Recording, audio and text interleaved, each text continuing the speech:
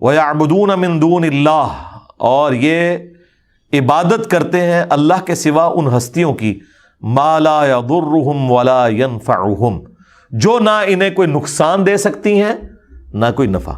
اچھا، فوراً جب آپ توحید کے اوپر آیات پڑھیں تو یہ کہتے ہیں نہیں ہم نے تو کبھی کسی بابے کی عبادت کی نہیں، دیکھیں جی ہم تو اللہ کا بندہ ہی مانتے ہیں۔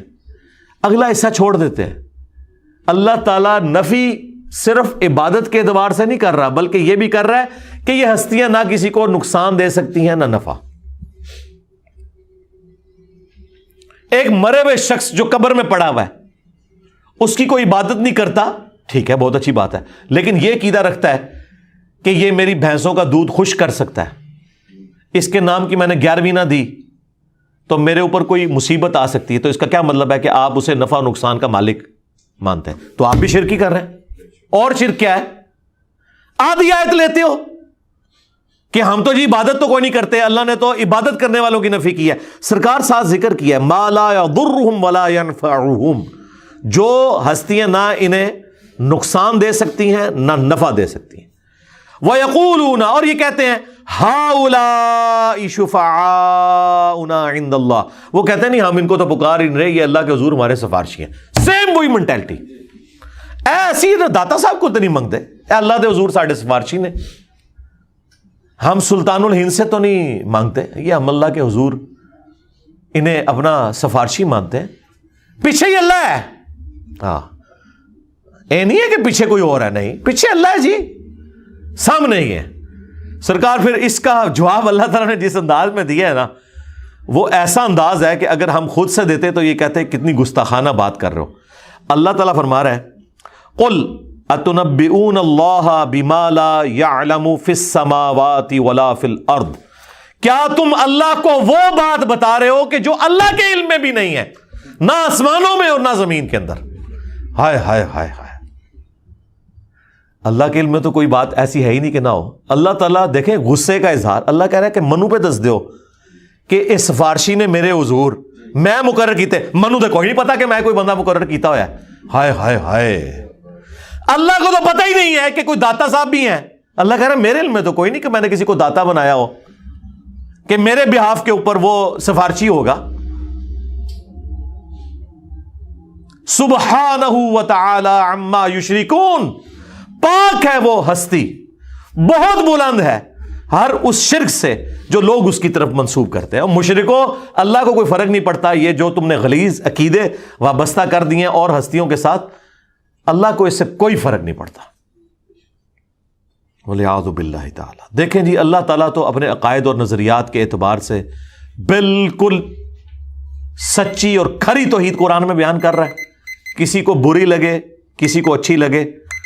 اللہ تعالیٰ نے یہ بھی پرواہ نہیں کی کہ لوگ کیا بات کریں گے، کس لیول پہ اتر کے اللہ تعالیٰ بتا رہا ہے۔ آپ دیکھیں اس سے بہتر اور کیا انداز، سمپل اور بہتر اور بالکل کھلا ڈلا۔ اللہ تعالیٰ فرما رہا ہے اے نبی ان سے فرماؤ اتنبئون اللہ بما لا يعلم فی السماوات ولا فی الارض، کیا تم اللہ کو بتا رہے ہو وہ چیز جو اللہ کے علم میں تو زمین و آسمانوں کے اندر ہے ہی نہیں ہے، کہ کوئی اللہ نے اپنا کوئی سفارشی مقرر کیا ہوا ہے کہ جو نفع نقصان کا مالک ہے۔ جب ہم نئے ریورٹ ہوئے نا، 2008-9 کی بات ہے، تو میں ایک اور سائٹ پہ اپنے بھائیوں کے ساتھ گیا، تو وہاں ایک دعوت اسلامی کے بھائی تھے، تو وہ نماز پڑھاتے تھے، ہم ان کے پیچھے نماز پڑھتے تھے رفع الیدین کے ساتھ۔ وہ بڑے حیران ہوئے کہ یار یہ کون سے لوگ ہیں کہ جو ہمارے پیچھے نماز پڑھتے ہیں، کیونکہ ہمیں تو یہ لوگ مشرک اور کافر سمجھتے ہیں۔ اب انہیں پتہ ہی نہیں تھا کہ یہ مخلوق کون سی ہے۔ تو خیر ہم نے ان سے گپ شپ شروع کی۔ کچھ عرصے بعد انہوں نے کہا جی آپ ہمارے گھر آئیں، چائے پلائیں آپ کو، اور وہ یہ چاہ رہے تھے کہ ہم دعوت رکھیں، اور ہم چاہ رہے تھے ہم ان کے سامنے دعوت رکھیں۔ ہم ان کے گھر چلے گئے جی، انہوں نے وہاں سے جال حق نکالی۔ اب جال حق تو میں اس وقت پڑھتا تھا جب میری داڑھی بھی نہیں نکلی ہوئی تھی، 94 کے اندر FSE میں، اس میں جتنی چکر بازیاں دی گئی ہیں غیر اللہ سے پکارنے کے لیے، مدد مانگنے کے لیے، وہ ساری تو ہمارے علم میں تھی۔ تو وہ کہنے لگا آپ کو ہم پہ اعتراض کیا ہے؟ تو میں نے ان کو یہی آیات پیش کی کہ بھائی آپ کا جو عقیدہ ہے نا مرے ہوئے لوگوں کے بارے میں، ظاہری اس باب میں تو آپ کافر سے بھی مدد لیں، وَتَعَاوَنُوا عَلَى الْبِرِّ وَالتَّقْوَى وَلَا تَعَاوَنُوا عَلَى الْإِثْمِ وَالْعُدْوَانِ، نیکی پرہیزگاری کے کاموں میں ایک دوسرے کی مدد کرو، برائی میں الگ رہو. لیکن جو دعا ہے یہ صرف اللہ کے ساتھ خاص ہے. ایاک نعبد و ایاک نستعین. عبادت اللہ کی ہوگی، مدد اس سے مانگی جائے گی دعا والی. امن یجیب المضطر اذا دعا، بھلا بتاؤ تو کون ہے جو تکلیف میں گھرے ہوئے شخص کی فریاد کو سنتا ہے. وَيَكْشِفُ السُّوءَ، اور اس سے اس کی برائی کو دور کر دیتا ہے. وَيَجْعَلُكُمْ خُلَفَاءَ الْأَرْضِ، اور تمہیں زمین پر اگلوں کا خلیفہ کرتا ہے. أَإِلَٰهٌ مَّعَ اللَّهِ، کیا اللہ کے ساتھ کوئی اور معبود بھی ہے جس کی یہ کوالٹیز ہوں؟ قَلِيلًا مَّا تَذَكَّرُونَ، بہت کم ہی تم نصیحت حاصل کرتے ہو. تو میں نے کہا اس میں واضح لکھا ہوا ہے کہ جو اللہ کے سوا کوئی بھی ہستی، کوئی پیغمبر، جن، فرشتہ، کوئی بزرگ بابا جسے آپ یہ سمجھتے ہیں کہ وہ دعا قبول کرتا ہے، گویا آپ نے اسے معبود مان لیا. تو کہنے لگا قرآن میں جس طرح توحید کے اعتبار سے آیات آتی ہیں یہ سب کی سب اس سے ریلیٹڈ ہیں کہ آپ انہیں اللہ کے پیرلل میں رب مانو. اگر اللہ کا بندہ سمجھ کے کرو تو پھر کوئی مسئلہ نہیں ہے، کیونکہ وہ تو حزب اللہ ہے، اللہ کی پارٹی کے لوگ ہیں. تو میں نے اسے بتایا قرآن میں تو ایک آیت ایسی ہے جو آپ کے سارے وسوسے کو سیٹل کرتی ہے. بنی اسرائیل میں بھی ہے.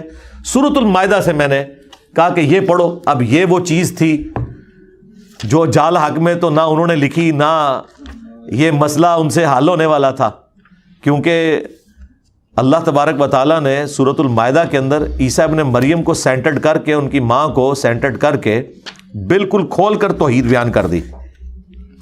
تو آیت نمبر یہ 75، مل مسیح ابن مریم الا رسول، عیسیٰ ابن مریم تو نہیں تھے مگر ایک رسول، قد خلت من قبلہ الرسل، ان سے پہلے بھی رسول گزرے ہیں، وامہ صدیقہ، اور ان کی ماں سچی عورت تھی، کانا یاکلان الطعام، دونوں کھانا کھانے کے محتاج تھے.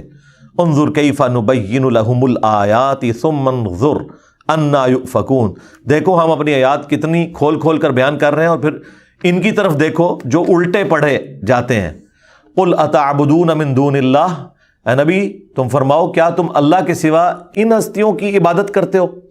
ایک تو من دون اللہ انہیں کہہ دیا جو یہ کہتے ہیں جی بتوں کے بارے میں، یہاں عیسیٰ ابن مریم اور ان کی والدہ کو من دون اللہ کہا. کیا ان کی عبادت کرتے ہو؟ تو کہنے لگا دیکھیں نا جی ہم تو عبادت نہیں کرتے، ہم انہیں اللہ کا بندہ مانتے. میں نے کہا نال لکھے ہے ما لا یملک لکم ضرا ولا نفع، جو نہ تمہارے نقصان کے مالک ہیں نہ نفع کے. واللہ هو السمیع العلیم، اور اللہ ہی سننے والا علم ہے. میں نے کہا پچھلے حصے کو چھوڑ دے، اللہ نے کہا کہ عیسیٰ ان کی ماں نہ تمہارے نفع کے مالک نہ نقصان کے. تو شیخ عبد القادر جیلانی تھے، شے ہی کوئی نہیں، عیسیٰ کے جیسا ہے ہی کوئی نہیں. تیرا عبد القادر جیلانی تھے، شے ہی کوئی نہیں. مریم جیسا ہے ہی کوئی نہیں. تیری رابعہ بصریہ تھے، شے ہی کوئی نہیں. اگر وہ نفع نقصان کے مالک نہیں ہے لے جاؤ اپنے باپے.